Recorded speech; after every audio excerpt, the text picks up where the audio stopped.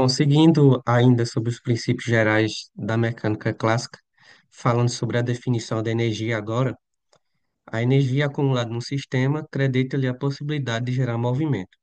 Em outras palavras, a energia é a capacidade de gerar trabalho, né?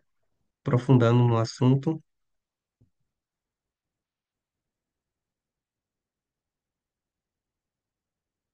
energia cinética. A energia cinética, na mecânica clássica, a energia é a energia associada ao movimento, e ela depende da massa e da velocidade, como a gente pode ver na fórmula. A velocidade é elevada ao quadrado justamente porque ela interfere mais na energia cinética, né? A- Até porque velocidade e energia cinética estão estritamente relacionadas. Até o senso comum diz isso a gente, né?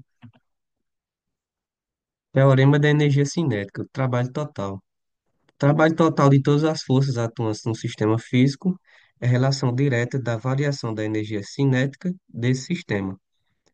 Ou seja, trabalho total é representado por essa letra aqui, que parece um T, a letra grega, com o nome tal, né? Ela é o delta EC, né? Que é a variação da energia cinética. Depende da velocidade final e inicial do sistema. O trabalho em si é a energia em trânsito. Fisicamente falando, como a gente pode ver por essa forma aqui, F vezes delta S é igual ao trabalho. A gente pode pensar assim, que o trabalho é realizado por uma força realizando um determinado deslocamento. Como, por exemplo, quando você empurra algum objeto, uma caixa, você aplicou uma força e essa caixa se deslocou uma certa distância. Então, essa é a definição do trabalho. Do estudo dos movimentos agora, a parte da mecânica clássica que estuda os movimentos, que é a cinemática. A gente tem essa fórmula aqui, que é a função horária do espaço. Ela determina a distância, né, o espaço percorrido por um determinado objeto, né? E ela é dada por essa fórmula aqui, VI, que é a velocidade inicial, vezes t, mais aceleração, vezes t ao quadrado, sobre 2. Uma vez por definição que a gente tem aqui o ΔV é igual a aceleração sobre t, a gente pode substituir onde tem a e t aqui também. A vezes t a gente substitui por ΔV, que é a variação da velocidade. Velocidade final menos velocidade inicial. Ficou um t aqui ainda, porque esse t é elevado ao quadrado. Esse um dos t aqui foi cancelado com esse, então sobrou apenas um. Aprofundando ainda mais na fórmula, a gente tem a repetição do t de novo aqui.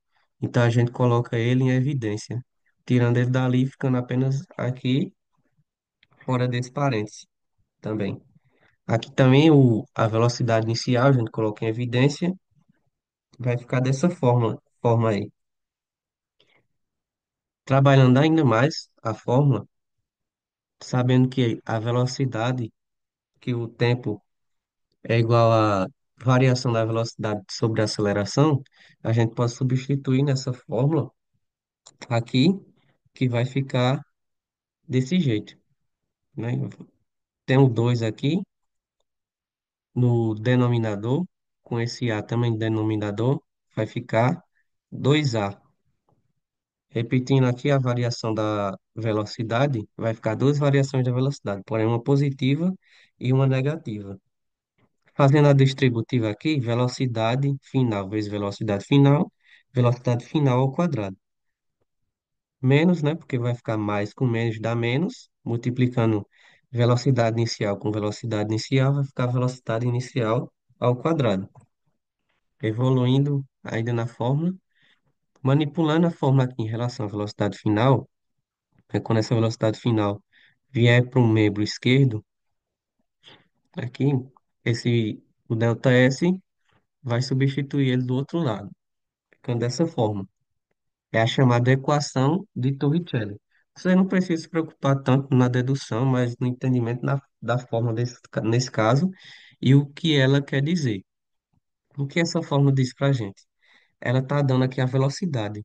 Mas qual é o detalhe? Qual a definição de velocidade segundo a física? A velocidade é delta S sobre delta T, uma distância percorrida num determinado tempo. Por isso que ela é dada em quilômetros por hora, né?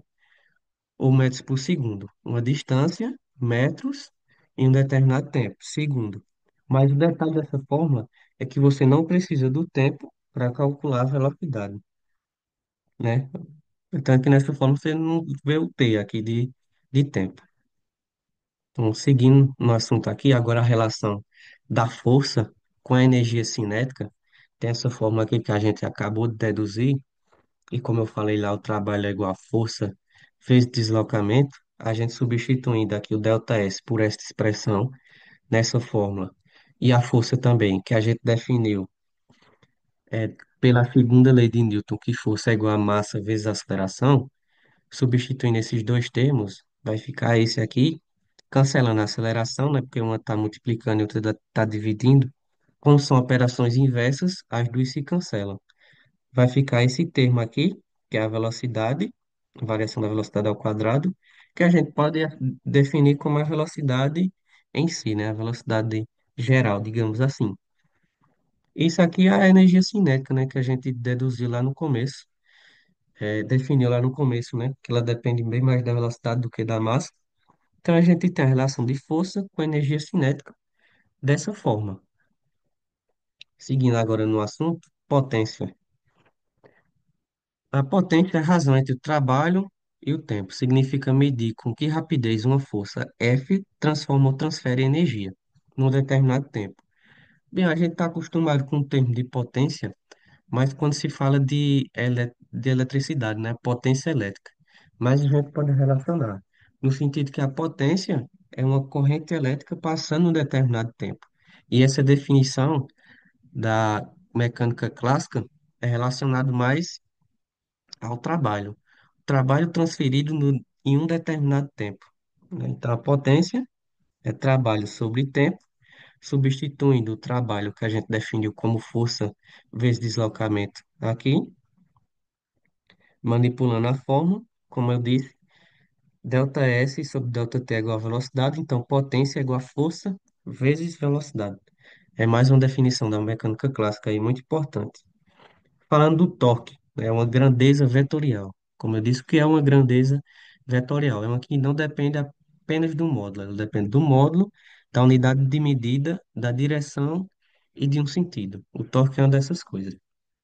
Refere-se a componente perpendicular ao ponto de rotação de uma força aplicada a um objeto que adquire tendência de girar.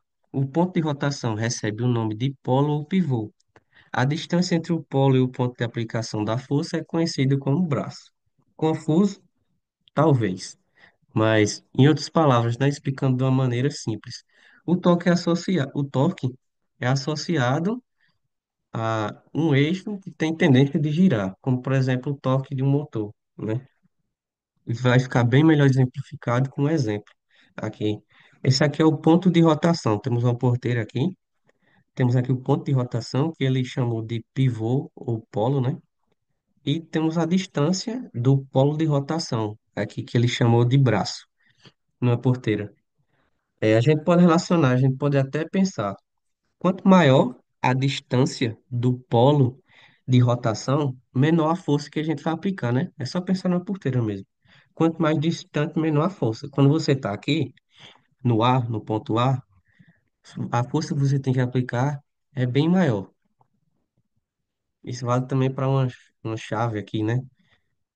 Quanto maior esse braço, menor a força que você tem que aplicar para rodar o parafuso, né? Então, o torque é igual a força vezes o B, que é a distância, nesse caso. A gente diz que é a grandeza diretamente proporcional. Seguindo aqui, mais uns exemplos de torque. É, tem a alavanca aqui, né, que a gente usa. A gente às vezes usa, né? Tem os exemplos, o volante, a maçaneta, a porta.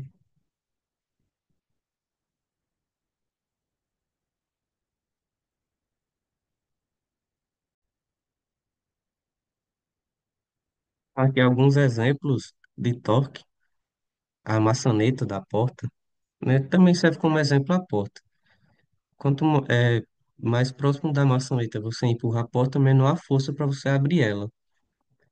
Rotação aqui, onde tem rotação, você pode relacionar o torque, né? Torneira, tesoura, essa alavanca aqui, que no caso, essa, essa madeira, essa ripa aqui, quanto maior o braço dela, menor a força que você tem que aplicar para mover o objeto, né? Nesse caso, o barril. Seguindo agora para outra definição da física, temos o movimento circular uniforme, que é isso mesmo que você está vendo na imagem, né? É a rotação do objeto em determinado eixo, né? Caracteriza por sua trajetória ser uma circunferência e o módulo de sua velocidade ser constante. É por isso uniforme. Agora, matematicamente falando, temos a velocidade, a gente já definiu várias vezes, a variação da velocidade, né? Velocidade final, menos velocidade inicial. A gente pode perceber aqui essa trajetória dessa bolinha que ela tenderia a sair dessa órbita, né? A gente chama aqui de velocidade tangencial, saindo pela tangente.